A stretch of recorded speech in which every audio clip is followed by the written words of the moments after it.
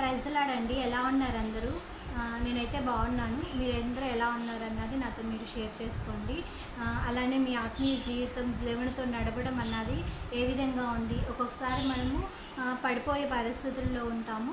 ఒక్కొక్కసారి మనము దేవునిలో కట్టబడే పరిస్థితుల్లో, దేవునికి చాలా దగ్గరగా జీవించే పరిస్థితుల్లో ఉంటాం. అప్పుడే దేవునికి దగ్గరగా జీవించే పరిస్థితి ఎప్పుడు వస్తుంది అని అంటే, మనకి ఇంట్లో అన్నీ చక్కగా జరిగిపోయి ఏ ఇబ్బంది లేదు, మనం సుఖంగా సంతోషంగా ఉన్నాము, మాకు ఇంకేం ప్రాబ్లం లేదు అన్నప్పుడు దేవునికి దగ్గరగా జీవించేవారు కొంతమంది ఉంటారు. అలానే చిన్న కష్టం వచ్చినా కూడా నేను నిన్ను నమ్ముకున్నా కూడా నాకు ఇటువంటి కష్టం ఎదురైంది అని చెప్పేసి వెనక్కి దిగజారిపోయే పరిస్థితుల్లో కొంతమంది ఉంటారు. అలానే ఇంకొంతమంది ఏంటంటే అన్నీ బాగున్నప్పుడు ఇంక నాకు దేవునితో పనేముంది అని చెప్పేసి అని దేవుణ్ణి విడిచిపెట్టేవారుగా ఉంటారు. ఏదైనా ఒక చిన్న కష్టం రాగానే దేవా నాకు సహాయం చెయ్యి అని చెప్పేసి దేవుని దగ్గరికి పరిగెత్తుకునేవారు కొంతమంది ఉంటారు. మరి మనం ఎటువంటి పరిస్థితుల్లో ఉన్నాము అన్నది మనల్ని మనమే పరీక్షించుకోవాలి. అయితే ఈరోజు నేను మీతో మాట్లాడుతున్నటువంటి విషయం ఏంటి అని అంటే, పగ తీర్చుకొనుట మీ పని కాదు, నాకు అప్పగించండి, నేను ఆ పనిని మీకు పూర్తి చేస్తాను అని రోమీయులకు రాసిన పత్రికలో ఉంది. మనం ఒకసారి చదువుతాము. ప్రియులారా, మీకు మీరే పగ తీర్చుకొనక దేవుని ఉగ్రతకు చోటియ్యడి. పగ తీర్చుట నా పని, నేనే ప్రతిఫలం ఇత్తును అని ప్రభువు చెప్పుచున్నాడు అని రాయబడి ఉంది. ఇది రోమీయులకు రాసిన పత్రిక 12వ అధ్యాయము 19వ వచనంలో ఉందన్నమాట.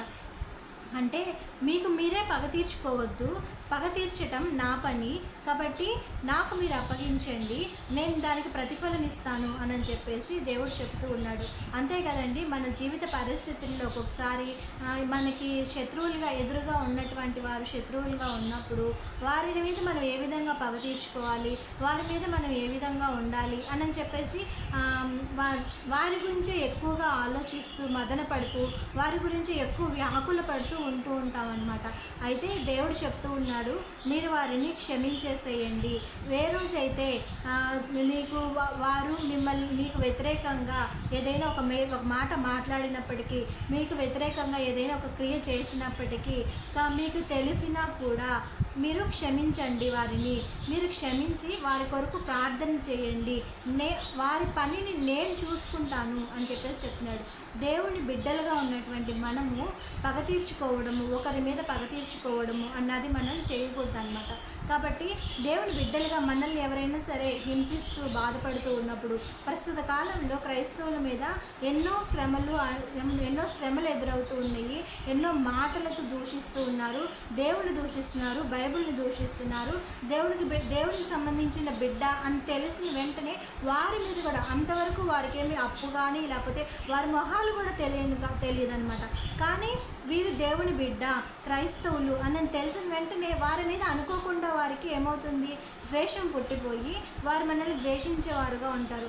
అయితే మనం ఏం చేయాలి అని అంటే, వారిని క్షమించే వారంగా ఉండాలి, వారిని మనము ప్రేమించే వాళ్ళంగా ఉండాలి, వారి మీద మనము దయ చూపించే వారంగా ఉండాలి. అంతేగాని వాళ్ళు నన్ను మాటలతో బాధ పెడుతున్నారు, వాళ్ళు నన్ను మాటలతో హింసిస్తున్నారు, లేకపోతే నన్ను ఈ విధంగా నా మానసిక క్షోభకు నేను గురవుతున్నాను, కాబట్టి వారిని కూడా మనం ఎదురుదాడి చేద్దాము, వారి మీద కూడా మనం తిరగబడి వారిని కూడా ఏదో ఒక మాట అందాము అన్న పరిస్థితిలో మనం ఉండకూడదు అని దేవుడు హెచ్చరిస్తున్నాడు అనమాట.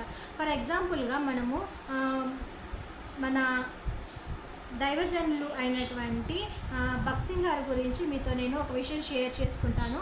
ఆయన జీవితంలో జరిగిన విషయం ఏంటి అని అంటే, ఒక వ్యక్తి వచ్చి చెప్పారనమాట భక్సింగ్ గారికి, నీకు వ్యతిరేకంగా ఒక వ్యక్తి ఉన్నాడు, అతను నీకు వ్యతిరేకంగా ఒక ఉత్తరం రాయడం జరిగింది, అతను నిన్ను చాలా తక్కువ చేసి మాట్లాడుతూ, నీ గురించి చాలా తక్కువగా మాట్లాడుతూ నీ మీద ఒక వ్యతిరేకమైనటువంటి ఉత్తరం ఒకటి రాయడం జరిగింది అని చెప్పినప్పుడు భక్సింగ్ గారు అయితే ఆ ఉత్తరం అదంతా చూసి చదివి ఆయన మనసులో కొంచెం బాధ కలిగిందంట.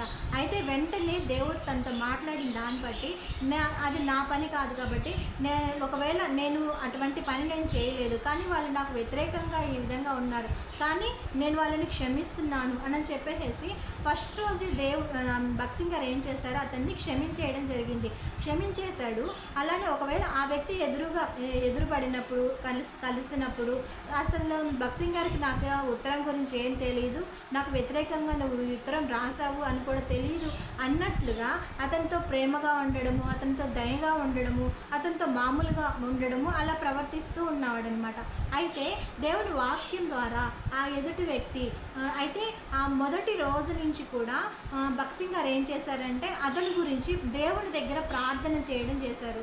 దేవుని దగ్గర ప్రార్థించినప్పుడు ఏమైంది అని అంటే ఒక 3 నెలల తర్వాత ఆయనే వాక్యం విని ఒకరోజు మందిరంలో జరుగుతున్నటువంటి వాక్య పరిచర్య అయిపోయిన తర్వాత భక్సింగ్ గారి దగ్గరికి వచ్చి నేను మీతో మాట్లాడాలి, ఒక 5 నిమిషాలు ఒక సమయం ఇస్తారా అని అడిగారంట. సరే అని చెప్పు అని చెప్పేసి భక్సింగ్ గారు చెప్పినప్పుడు ఆయన ఏం మాట్లాడకుండా తన కళ్ళల్లో నుంచి నీరు రావడం భక్సింగ్ గారు చూసారంట. చూసి అప్పుడు భక్సింగ్ గారు ఏం చెప్పారు అని అంటే, నువ్వు నాతో ఏ విషయం మాట్లాడాలి అని అనుకుంటున్నావో ఆ విషయంలో నేను నిన్ను ఎప్పుడో క్షమించేశాను అని చెప్పేసి చెప్పారంట.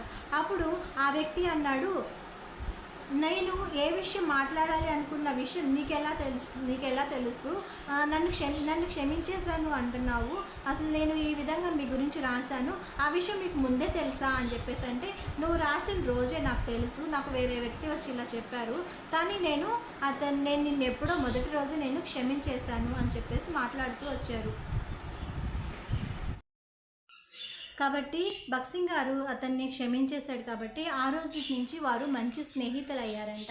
కాబట్టి మనము మన జీవితంలో కూడా ఏదైనా సరే ఒక విషయము, అది ఇంట్లో ఉన్నటువంటి వ్యక్తుల ద్వారా కావచ్చు, మన చుట్టుపక్కల ఉన్నటువంటి వారి ద్వారా కావచ్చు, మన మందిరానికి వెళ్ళినప్పుడు మందిరంలో ఉన్నటువంటి వ్యక్తుల ద్వారా కావచ్చు, ఏ విధంగానైనా సరే మనకి బాధ కలిగే విషయము కానీ, మనల్ని క్షోభ పెట్టే విషయం కానీ జరిగినప్పుడు ఏం చేయాలి అని అంటే, ముందుగా మనం వారిని క్షమించేసే వారంగా ఉండాలి. తర్వాత మనము వారితో నీ మీద నాకు ఎటువంటి కోపం లేదు అన్న రీతిగా వారిని ప్రేమించే విధంగా ఉండాలి, వారి మీద దయ చూపించే విధంగా ఉండాలి మనము. అలానే ఆ రోజు నుంచి మనం దేవుని దగ్గర వారి గురించి ప్రార్థన చేసే వారంగా ఉండాలి. ఆ విధంగా మనం ఉన్నప్పుడు దేవుడు అప్పుడు మనకి కలగ చేసుకొని అతనితో మాట్లాడతారు, లేకపోతే ఆమెతో మాట్లాడతారనమాట. నువ్వు చేస్తున్నది తప్పు, ఆ బిడ్డ విషయంలో నువ్వు చేస్తున్నది తప్పు అని చెప్పేసి వారితో మాట్లాడి మళ్ళీ వాళ్ళు తిరిగి మన దగ్గరికి వచ్చి క్షమాపణ చెప్పేవారుగా ఉంటారనమాట. కాబట్టి మనము ఈ విషయాలు మనం పక్కన పెట్టేసి ఏం చేస్తాము అంటే, వారి మీద మనం పగ పెంచేసుకొని, వాళ్ళ మీద మనము ద్వేషం పెంచేసుకొని, వారు ఎదురైనప్పుడు వారి మీద మనం ఏదో ఒకటి మనసులో పెట్టుకొని మనమే లోపల కృషించిపోతూ ఉండేవారంగా ఉంటాం. కాబట్టి మనం ఏం చేయాలి అని అంటే, ముందుగా వారిని మనము ప్రేమించాలి, దయ చూపించాలి, వారిని క్షమించాలి, వారిని మనము క్షమించేసేయాలి. దేవా, నేను ఆ వ్యక్తి నా పట్ల ఈ విధంగా చేసింది కాబట్టి నేను అతన్ని లేకపోతే ఆమెను నేను క్షమించేస్తున్నాను, నాకు వారి మీద ఎటువంటి పగ ద్వేషం కానీ లేదు, తిరిగి నేను వారిని ప్రేమించే విధంగా నాకు సహాయం చెయ్యి, వారి మీద ఎటువంటి ద్వేషముల కలహం నాకు లేదు కాబట్టి వారి మీద నేను దయ చూపించే విధంగా, వారిని ప్రేమించే విధంగా నాకు చెయ్యి అని చెప్పేసి మనం దేవుని దగ్గర ప్రార్థన చేస్తూ వారు చేస్తున్నటువంటి విషయాన్ని వారు తెలుసుకునేలాగా వారికి జ్ఞాపకం చెయ్యి అని చెప్పేసి అని వారి గురించి మనం ప్రార్థన చేసేవారుగా ఉంటాం. అప్పుడు దేవుడు కలుగ చేసుకొని వారితో మాట్లాడి వారే మన దగ్గరికి వచ్చి క్షమాపణ చెప్పే విధంగా ఉంటారు. కాబట్టి మనం ఈరోజు నేర్చుకున్న విషయము, పగ తీర్చుకోవడం మన పని కాదు, దేవుడే ఆ విషయంలో మనకి పగ తీరుస్తాడు. కాబట్టి మనం విషయాన్ని దేవుడి దగ్గర దేవుని పాద సన్నిధిలో మనం పెట్టినప్పుడు మనము విజయంను సాధించగలుగుతాము. బైబిల్లో చూస్తూ ఉన్నాము, దావీదు గారు ఏం చేశారు అని అంటే, సౌలు తన మీదకి వచ్చినప్పుడు కూడా 2 సార్లు దావీదుకి సౌలు గారిని చంపడానికి అవకాశం ఉన్నప్పటికీ కూడా అతన్ని వదిలిపెట్టాడు. ఎందుకంటే ఇతను దేవుడు అభిషేకించిన బిడ్డ కాబట్టి అతన్ని మనం ఏం చేయకూడదు అని చెప్పేసి సౌలుని అభిషేకించాడు. సౌలుని చంపకుండా దావీదు వదిలిపెట్టాడు. ఆ విషయం దేవుడు చూశాడనమాట. కాబట్టి ఒకానొక సమయంలో సౌలుని మొత్తడం జరిగింది. సౌలుని మొత్తినప్పుడు సౌలు ఆ విషయాన్ని గ్రహించలేకపోయాడు. తను ఇంకా పతనం అయిపోతూ లోకంలో ఉండిపోవలసి వచ్చిందనమాట. ఒకవేళ సౌలు తనను మొత్తాడు అని చెప్పేసి గ్రహించి తిరిగి మళ్ళీ దావీదు దగ్గరికి వచ్చి క్షమాపణ కోరి తన రాజ్యాన్ని దావీదుని అభిషేకించాడు దేవుడు, నా తర్వాత నువ్వే కాబట్టి అని చెప్పేసి ఒకవేళ దావీదు దగ్గరకు వచ్చి ఆ విధంగా చేసి తనని పట్టాభిషేకం చేస్తే ఒకవేళ సౌలు కనుక ఇంకా మంచి స్థితికి వచ్చి మంచి సాక్ష్యాన్ని కలిగి ఉండి బైబిల్లో ఉండగలిగేవాడు. మొట్టమొదటగా ఉరిశిక్ష తనకి తానే ఆత్మహత్య చేసుకున్న పరిస్థితి సౌలుకు ఉండేది కాదనమాట. కాబట్టి మనం నేర్చుకోవలసిన విషయము, మనల్ని ఎదుటి వారు ఏమన్నా ఒకవేళ బాధ పెట్టినా ఒకవేళ ఏమన్నా అనినా కూడా మనము వారిని ప్రేమించాలి, క్షమించాలి, వారి గురించి మనం ప్రార్థన చేసేవారంగా ఉండాలి. కాబట్టి ఈరోజు ఈ విషయాన్ని మీరు నేర్చుకున్నారు అని చెప్పేసి నేను ఆశిస్తున్నాను. మరొక వీడియోతో మళ్ళీ కలుద్దాం. అంతవరకు ప్రైజ్ ది లార్డ్. ఆమేన్.